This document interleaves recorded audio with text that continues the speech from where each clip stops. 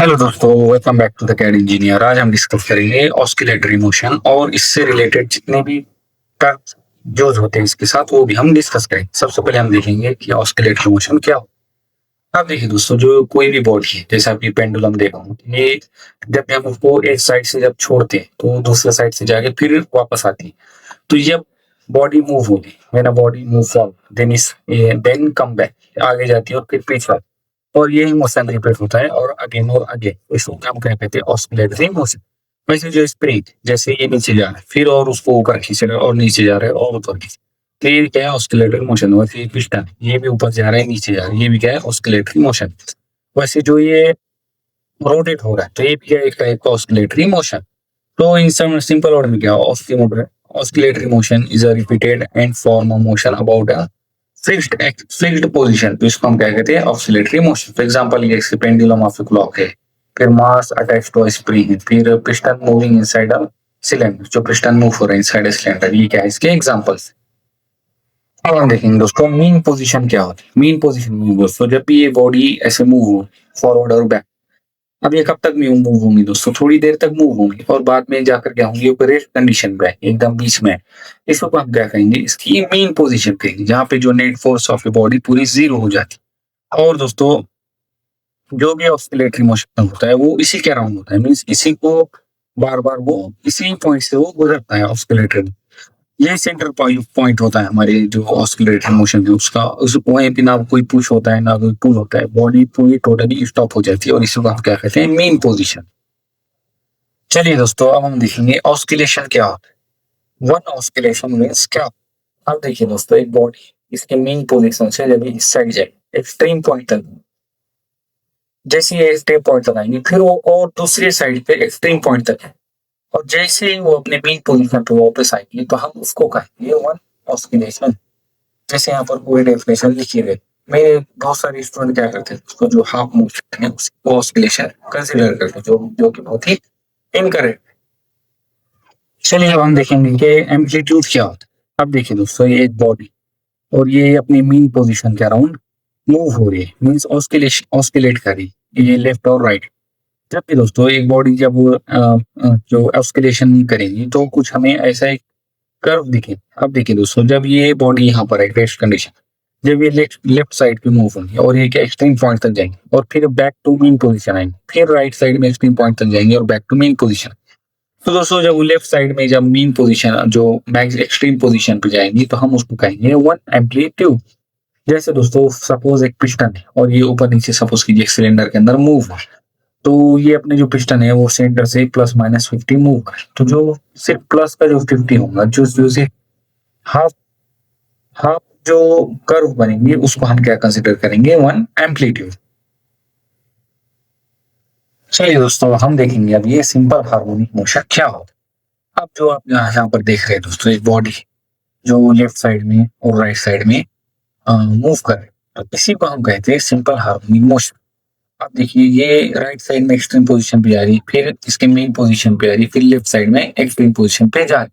इससे और जब ये साइकिल बार बार रिपीट होगी इसी को हम कहेंगे सिंपल हार्मोनिक मोशन। अब देखिए दोस्तों, सपोज कीजिए मैं इस बॉडी को जितनी दूर लेके जाऊं, यहाँ से पुल करके अपने हाथ से पकड़ के जितने ऊपर लेके जाऊंगा वो उतने ऊपर जाएंगे, लेकिन क्या होगा, ग्रेविटी उसको नीचे खींचेगी। वो मेन उसके मेन पोजीशन की तरफ उसको ग्रेविटी खींचेगी, नीचे की तरफ खींचेंगे, लेकिन ये बॉडी इस साइड में आएगी मेन पोजीशन। जितना ज्यादा दूर तक ले जाऊंगा उतना ज्यादा डिस्प्लेसमेंट बढ़ेगा और बॉडी उतनी तेजी से नीचे आएगी, मीन्स उतना ज्यादा एक्सेलरेशन भी बढ़ेगा। तो यही क्या है दोस्तों, जो एक्सेलरेशन ऑफ ए बॉडी होता है वो directly towards the main position, directed towards the main position. और वैसे ही डायरेक्टली प्रोपोर्शनल टू डिस्प्लेसमेंट, जो एक्सेलरेशन होता है, जितना ज्यादा डिस्प्लेसमेंट होगा उतनी ज्यादा एक्सेलरेशन। यही सिंपल हार्मोनिक हमें मोशन हमें बताता है। और जो मोशन देख रहे हैं जो रिपीट हो रहा है बार बार, मेन पोजीशन पे आ रहा है, फिर लेफ्ट साइड जा रहा है, फिर मेन पोजीशन पे आ रहा है, फिर राइट साइड जा रहा है, इसी को हम क्या कहते हैं, सिंपल हार्मोनिक मोशन। अब देखिए दोस्तों, हम मैथमेटिकली कैसे लिखेंगे इसको, रिस्टोरिंग फोर्स मींस जो उसको रिस्टोर कर रहा है, मींस पुल बैक कर रहा है, वो force equal to directly proportional to displacement. अब यहाँ पर रिस्टोरिंग फोर्स क्या हो सकती है, एक्सेलरेशन हो सकता है, ग्रेविटी हो सकती है। तो यहाँ पर क्या होगा, alpha alpha directly proportional to distance, और वैसे acceleration directly proportional to distance और acceleration directly proportional to minor distance. Minor distance सिर्फ हमें लेफ्ट और राइट बताएंगे दोस्तों। अगर आपने राइट को पॉजिटिव कंसीडर किया है तो लेफ्ट को आप क्या करोगे, नेगेटिव कंसीडर करेंगे कि इस चीज क्या करेंगे, माइनस और प्लस यहाँ पर सिर्फ डायरेक्शन बताएंगे। अब देखिए दोस्तों, सिंपल हार्मोनिक मोशन इतना स्पेशल क्यों? स्पेशल इसलिए है दोस्तों क्योंकि ये मैथमेटिकली प्रेडिक्टेबल होता है कि ये मोशन कैसे होता है। देखिए हम पहले प्रेडिक्ट कर सकता हूँ कि मोशन यहाँ से निकलेगा, यहाँ पर जाएंगे, यहाँ आए, इसलिए ये स्पेशल है। और वैसे टाइम पीरियड भी इसमें कांस्टेंट रहा है और ये वाइब्रेशन और मशीन एनालिसिस में हम इसका बहुत ज्यादा यूज करते हैं। अब इसके एग्जांपल क्या है? सिंपल ऑसिलेशन ऑफ पेंडुलम, जो पेंडुलम है उसका ऑसिलेशन, और इसके मास स्प्रिंग जो स्पिन लगा हुआ है, देखिए ये ऊपर नीचे हो रहा है और ये मैं प्रेडिक्ट कर पा रहा हूँ कि ये मोशन कैसे हो। वैसे दोस्तों जो पिस्टन है ये तो हम सिंपल हार्मोनिक मोशन कंसीडर नहीं करते, लेकिन का जो कैलकुलेशन उनको सिंप्लीफाई करने के लिए हम उसको कंसीडर करते हैं सिंपल हार्मोनिक मोशन। अब देखिए दोस्तों, टाइम पीरियड क्या होता है? अब जो टाइम पीरियड क्या होता है, time taken to complete one full oscillation. Oscillation में क्या देखा था ना कि एक बॉडी सपोज कीजिए राइट साइड में मेन एक्सट्रीम पोजीशन, फिर वो मेन पोजीशन पे, फिर लेफ्ट साइड में एक्सट्रीम पोजीशन पे, फिर वापस मेन पोजीशन पे, तो ये क्या होगा, वन कंप्लीट ऑस्किलेशन। और ये वन ऑस्किलेशन करने के लिए हमारी बॉडी ने जितना भी टाइम लिया होगा उसको हम क्या कहेंगे, टाइम पीरियड कहेंगे। अब इसको हम रिलेशन देखेंगे एंगुलर फ्रीक्वेंसी के साथ। इन सिंपल हार्मोनिक मोशन जो रिपीट होता है मोशन बार बार, तो दोस्तों एंगुलर फ्रीक्वेंसी क्या होती है, ओमेगा होती है। और ये क्या बताती है हमें, कितना फास्ट जो है तो हमारा मोशन हुआ है, ये हमें बताती है। जो एंगुलर फ्रीक्वेंसी वो बताती है कि हमारा कितना फास्ट हमारा मोशन हुआ है। अब देखिए, फॉर वन कंप्लीट ऑस्किलेशन, एक कंप्लीट ऑस्किलेशन के लिए एंगुलर डिस्प्लेसमेंट क्या होगा, 2 पाई रेडियन। तो टाइम क्या होगा, फिर टू टाइम इक्वल टू होगा 2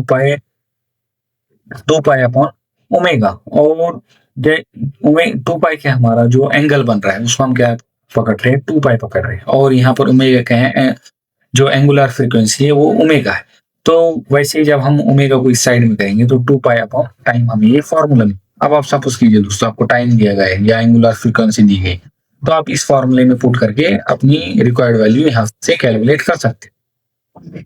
अब देखिए फ्रीक्वेंसी क्या होती है, अभी हमने थोड़ी देर पहले देखा था कि एम्पलीट्यूड क्या होता है। जब ये बॉडी अपने लेफ्ट साइड में जा रही है एक्सट्रीम पोजीशन और फिर वापस आ रही है मीन पोजीशन, तो जो ये हाफ होता है उसको हम क्या कंसीडर करते हैं, एम्पलीट्यूड। अब देखिए दोस्तों, ये बॉडी है लेफ्ट साइड में जा रही है मीन पोजीशन, एक्सट्रीम पोजीशन, फिर ये वापस आ रही है मीन पोजीशन पे और राइट हैंड साइड में जा रही है एक्सट्रीम पोजीशन पे और फिर वापस आ। सो ये जो कंप्लीट ऑस्किलेशन होगा, हम जो उसका पाथ बनेगा तो हम उसको क्या कंसीडर करेंगे, वन उसको हम क्या कहेंगे, फ्रीक्वेंसी कहेंगे। और इसका हम रिलेशन देखेंगे टाइम के साथ। तो one oscillation takes T second, हम कंसीडर करें कि जो वन ऑस्किलेशन टी सेकंड का टाइम ले रहा है, तो नंबर ऑफ ऑस्किलेशन इन 1 सेकंड, 1 सेकंड में कितने ऑस्किलेशन होंगे, 1 बाय टी होंगे। तो फ्रीक्वेंसी इक्वल टू क्या आएगा, 1 बाय टी। अब हम देखेंगे relationship between frequency and angular frequency. अब यहाँ पर देखिए दोस्तों, जो पहले हमने इक्वेशन लिखी थी angular frequency equal to 2 pi upon T. अब हमें क्या है, ये फ्रीक्वेंसी के साथ इसका रिलेशन देखना है। तो हम क्या, हमने अपनी फ्रीक्वेंसी इक्वल टू क्या देखा, 1 बाय टी देखा। तो हम क्या करेंगे, टी को एफ की जगह पर रखेंगे और फ्रीक्वेंसी को नीचे लेकर आए। जब हम टी को यहाँ पर पुट करेंगे तो ये क्या होगा, 2 पाई अपॉन 1 बाय एफ। ऑफ क्या ऊपर चला जाए तो हमारे पास फाइनल इक्वेशन क्या बचेंगे, angular frequency equal to 2 pi f. अब देखिए दोस्तों, ये हर जगह पर यूज होगा जहां पर भी हमें मैकेनिक्स ऑफ मशीन और वाइब्रेशन के एनालिसिस या कैलकुलेशन करें। तो दोस्तों, अगर आपको वीडियो पसंद आया तो शेयर कीजिए अपने दोस्तों के साथ और लाइक और सब्सक्राइब कीजिए द कैड इंजीनियर चैनल को। आपके सपोर्ट से चैनल ग्रो करेंगे और भी अमेजिंग वीडियो आएंगे। और आपको इस वीडियो की पीपीटी मेरी टेलीग्राम चैनल पर मिल जाएंगी, जिसकी लिंक मैंने डिस्क्रिप्शन में दे रखी। और अगर आप कोई भी डाउट हो तो आप मुझे कमेंट बॉक्स में कमेंट करके बता सकते हैं, मैं उसके आंसर देता हूँ। So thank you so much दोस्तों, मिलते हैं नेक्स्ट वीडियो।